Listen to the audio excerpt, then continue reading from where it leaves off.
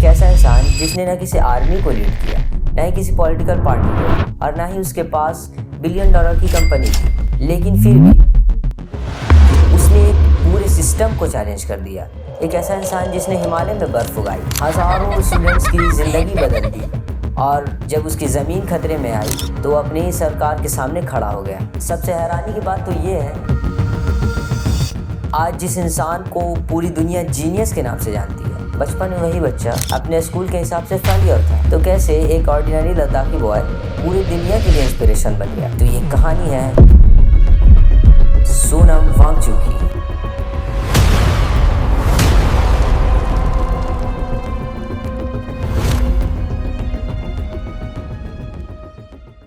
साल 1966, लद्दाख दुनिया की सबसे कठिन और सबसे खूबसूरत जगहों में से एक। यही जन्म हुआ सोनम वांगचुक का।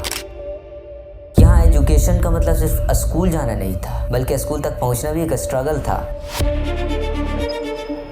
सोनम ने ज़िंदगी के अपने पहले 9 साल घर में रह के पढ़ाई की, और जब वो स्कूल गए तो उनके सामने एक अजीब प्रॉब्लम खड़ी हो गई। टीचर्स उर्दू में पढ़ा रहे थे, बुक्स उर्दू में थी, और सोनम को उर्दू ही नहीं आती थी। वो हर एग्ज़ाम में पीछे रहने लगे। स्कूल ने उन्हें वीक स्टूडेंट मान लिया, लेकिन सोनम समझ चुके थे प्रॉब्लम उनमें नहीं थी, प्रॉब्लम सिस्टम में थी। और शायद इसी दिन एक सपना पैदा हुआ, एक दिन ज़रूर मैं इस एजुकेशन सिस्टम को बदलूंगा।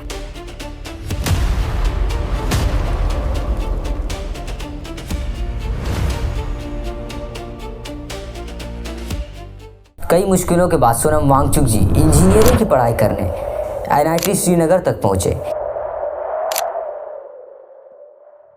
इंजीनियरिंग ने सिर्फ उन्हें मशीन्स बनाना नहीं सिखाया था, बल्कि प्रॉब्लम्स को अलग नज़रिए से देखना सिखाया था। डिग्री कंप्लीट होने के बाद जहां ज़्यादातर लोग कंफर्टेबल जॉब्स चूज़ करते हैं, वहीं सोनम वांगचुक जी वापस लद्दाख लौट आए, क्योंकि उनका मिशन पैसा कमाना नहीं था, उनका मिशन था अपने देश की मिट्टी को बदलना। साल 1988 सोनम वांगचुक जी और उनके कुछ दोस्तों ने मिलकर एक ऑर्गेनाइजेशन शुरू किया, जिसका नाम student educational cultural movement of Ladakh था, जिसे सिकमोल भी कहा जाता है। ये सिर्फ एक स्कूल नहीं था, ये एजुकेशन के नाम पर चल रहे एक एक्सपेरिमेंट का जवाब था। जो बच्चे गवर्नमेंट स्कूल में फेल हो जाते, सिकमोल उन्हें एक्सेप्ट करता और उन्हें किताबों से ज़्यादा लाइफ सिखाई जाती थी, जैसे प्रैक्टिकल लर्निंग,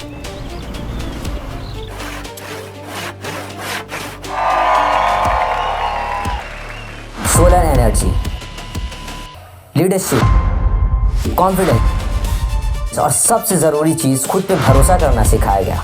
जिन बच्चों को दुनिया फेलियर कहती थी, वही बच्चे बाद में इंजीनियर्स, डॉक्टर्स, एंटरप्रेन्योर्स, टीचर्स और लीडर्स बनने लगे। एक इंसान ने थाउजेंड ऑफ लाइफ्स का डायरेक्शन बदल दिया।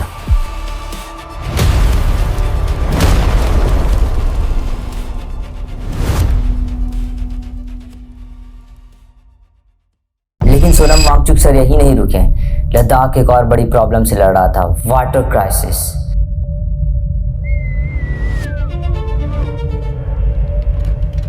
अरे भाई, पानी खत्म हो गया, अब कैसे जिएंगे?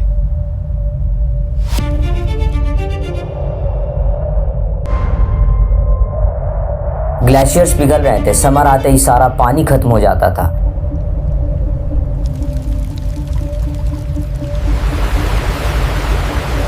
तभी सोनम वांगचुक सर ने दुनिया को हैरान कर देने वाला एक आइडिया दिया, आइस स्तूपा,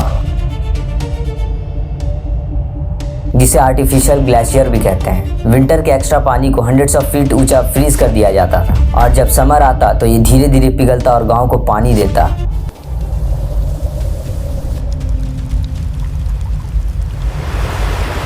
ये सिर्फ एक इन्वेंशन नहीं था, बल्कि हिमालय के लिए एक नई उम्मीद थी।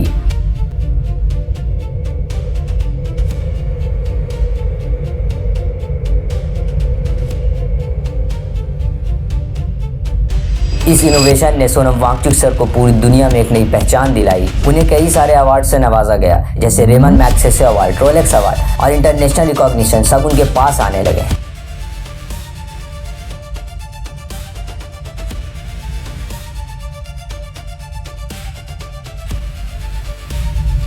रिलीज हुए फिल्म 3 इडियट्स रैंचो को करोड़ों लोगों ने देखा। एक ऐसा स्टूडेंट जो रट्टा सिस्टम के खिलाफ था। रैंचो का कैरेक्टर काफ़ी हद तक सोनम वांगचुक सर की ज़िंदगी से इंस्पायर था, लेकिन सोनम वांगचुक सर की कहानी फिल्म से भी कहीं ज़्यादा एक्स्ट्रा ऑर्डिनरी थी, क्योंकि वो सिर्फ स्क्रीन पर नहीं, रियल लाइफ में सिस्टम बदल रहे थे।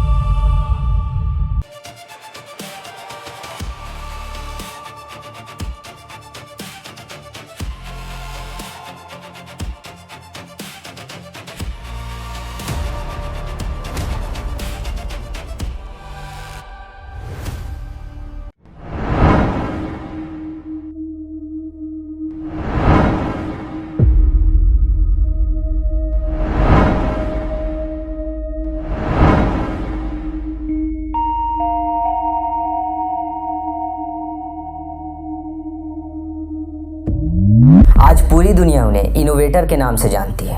सोनम वांगचुक सर की सबसे बड़ी लड़ाई टेक्नोलॉजी के लिए नहीं, बल्कि अपनी ज़मीन के लिए है। क्लाइमेट चेंज, रैपिड डेवलपमेंट और लद्दाख के आइडेंटिटी के लिए थी।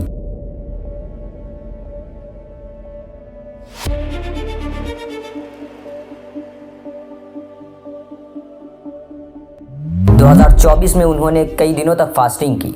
हजारों लोग उनके साथ खड़े हुए।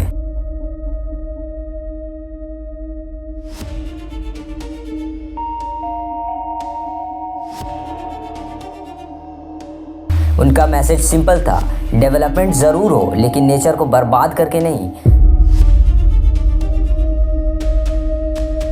डेवलपमेंट ज़रूर हो लेकिन नेचर को बर्बाद करके नहीं।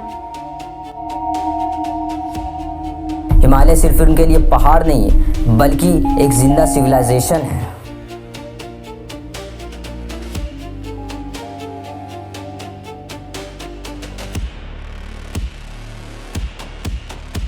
सोनम वांगचुक सर ने दुनिया का कभी भी सबसे अमीर इंसान बनने की कोशिश नहीं की।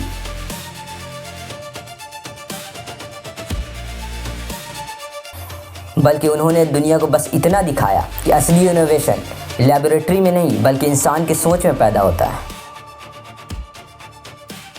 एक बच्चा जिसे स्कूल ने वीक कहा, उसने एजुकेशन बदल दी। एक इंजीनियर जिसने ऑफिस चूज नहीं किया, उसने ग्लेशियर्स बना दिए। और एक आम लद्दाखी आज पूरी दुनिया को सिखा रहा है कि नेचर और प्रोग्रेस साथ साथ चल सकते हैं।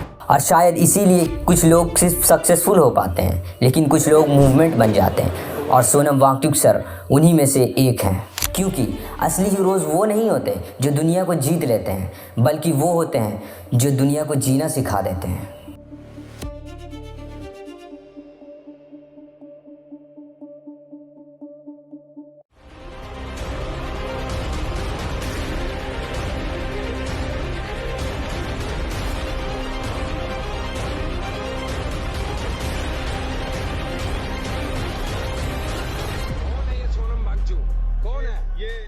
कोई शिक्षाविद नहीं है। 28 जून 2026 से Sonam Wangchuk sir NEET exam paper leak के विरोध में दिल्ली के जंतर मंतर में भूख हड़ताल पर बैठे हैं।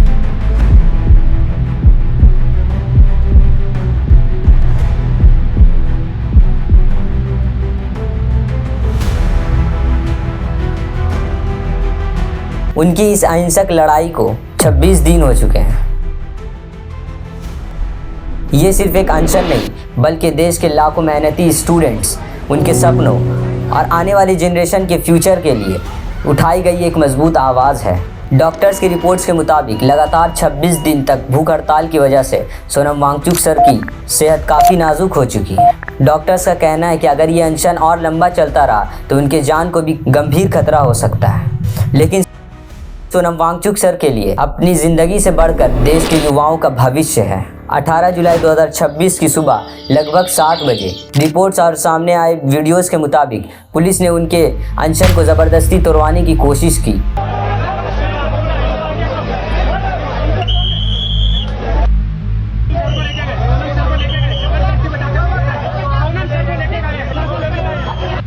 उन्हें एक सफ़ेद चादर में लपेटकर ज़बरदस्ती घसीटकर पुलिस वैन में बिठाया गया और उन्हें दिल्ली के सफदरजंग हॉस्पिटल में ले जाया गया।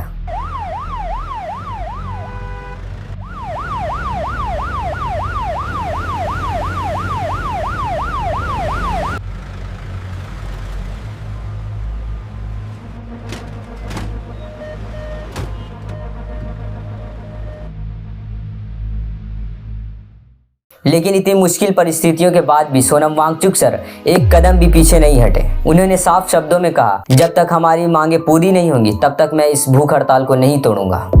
अब भी मेरे पास बहुत से नेतागण आए अनशन तोड़ने की अपील के साथ, जिसमें शासक दल के मंत्री भी आए और सांसद लगभग 65 के हस्ताक्षर और यहाँ आकर अपील कर रहे हैं कि मैं अनशन तोड़ूं और वापस देश सेवा में लग जाऊं। अगर कोई इंसान अपनी जान की परवाह किए बगैर इस देश के युवाओं के भविष्य के लिए लड़ सकता है तो क्या हमारा फर्ज नहीं बनता हम उनका साथ दें। सपोर्ट किसी एक व्यक्ति का नहीं बल्कि सच्चाई, ईमानदारी और न्याय का होना चाहिए। याद रखिए, एक देश मजबूत तभी हो सकता है जब उसके नागरिक अन्याय के खिलाफ खड़े होने वालों के साथ हाथ थामते हैं।